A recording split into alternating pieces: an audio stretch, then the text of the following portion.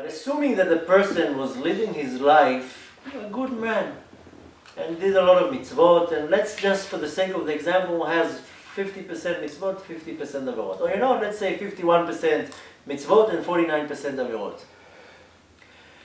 The second that the soul leaves the body, or should I better say, the second they bury the body in the grave, the second they put the last piece of dirt on the grave, all the people turn around, they leave the cemetery. When the last person leaves the cemetery, 4 angels go into the grave. One grabs one foot, one grabs another foot, one grabs one hand, one grabs the other hand, and they throw the soul out of the body. It's not the soul, it's the nefesh. Now what happens is the first thing that they do is they ask the soul, what's your name? And they the Gemara says they take poles of fire and they start beating the body to get the soul out. And the first thing they ask is, what's your name? That's why we know that in the end of Shmona Esrei... For Sadiq and that's for Rasha, that's for anybody. Everybody. What? What is it? Stop beating the body.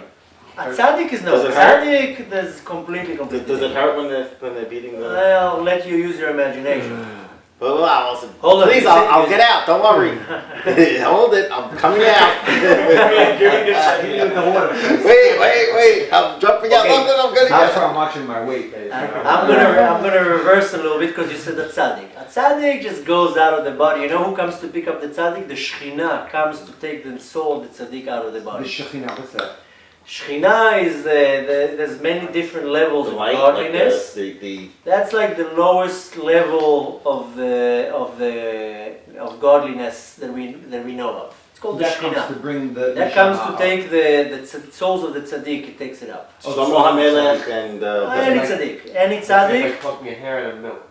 something like that. it's like you don't got to go through the... I see. So the more averot, the more difficult it'll be to get the neshama out of the guf. Wait, then I'm going to explain in a second. But he said tzaddik, so I wanted to stop and rewind. A tzaddik has nothing like that. The Shekhinah just comes and takes the tzaddik away.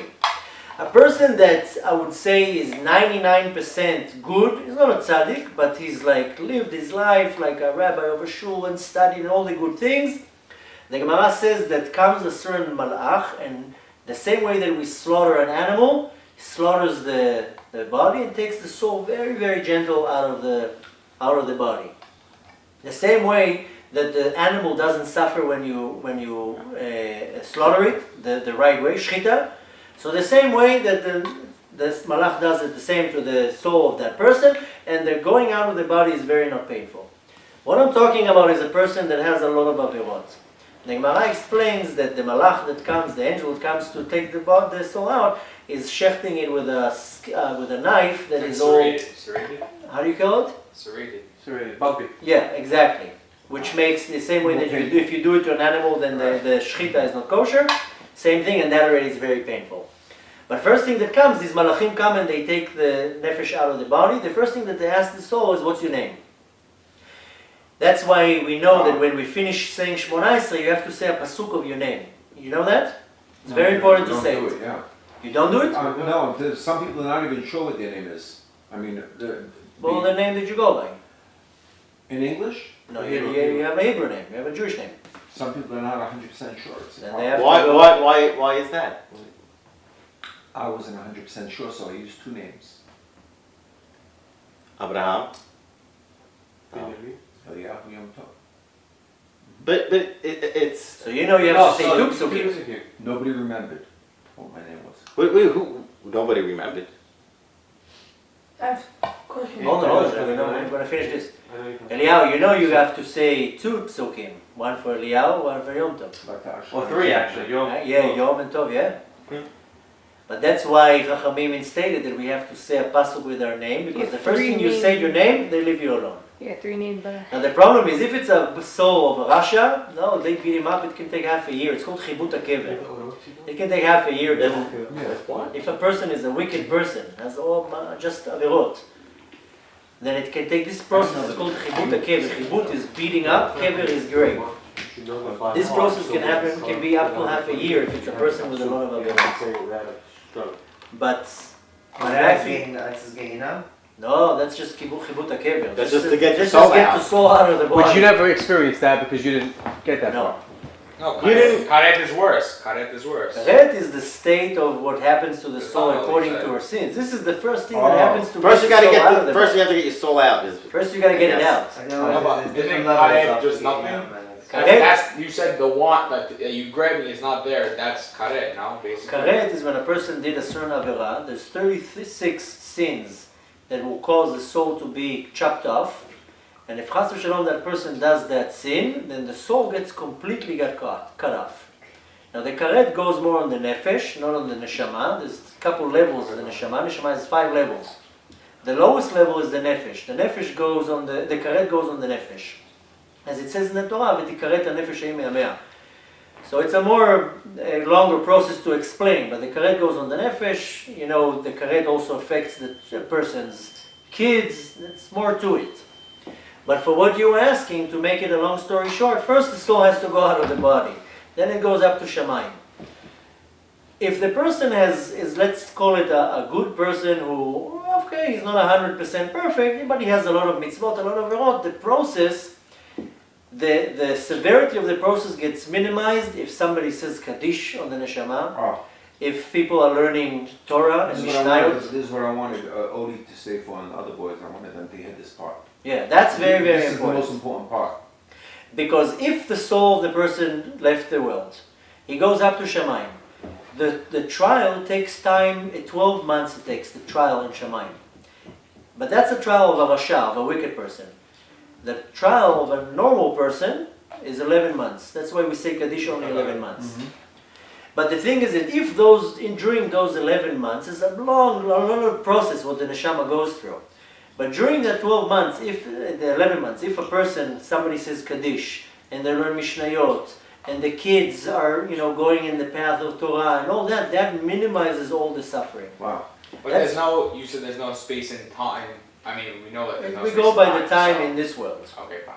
Wow. That's how you can see it as a benefit for the neshama, and you can see it as not as a benefit for the neshama. For example, Gehenom is only 11 months. You can, 12 months. You cannot be in Gehenom more than 12 months. But for us, it's 12 months. For the neshama, it can feel like a million years. Right, okay, fine.